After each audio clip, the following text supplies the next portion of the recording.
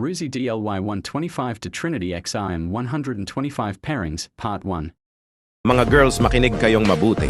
Kapag ang partner, jowa o asawa mo ay walang ibang hilig kundi sa motor, napakaswerte mo. Alam mo kung bakit? Kasi walang ibang pagkakaabalahan yan kundi sa motor lamang. Wala ka dapat pagselosan. Instead, suportahan mo na lang. Kami kasing mga lalaki, kahit mumurahing pyesa lang ang maikabit namin sa aming mga motor, ay tuwang-tuwa na kami noon. Mas mabuti nang ito ang kahiligan namin kesa sa mga bagay na hindi naman dapat. Kakaibang ligaya kasi ang nararamdaman namin kapag motor ang aming kapiling. Hindi din naman kami nakakalimot sa mga responsibilidad namin sa inyo. Tiwala at suporta lang naman ang hinihingi namin.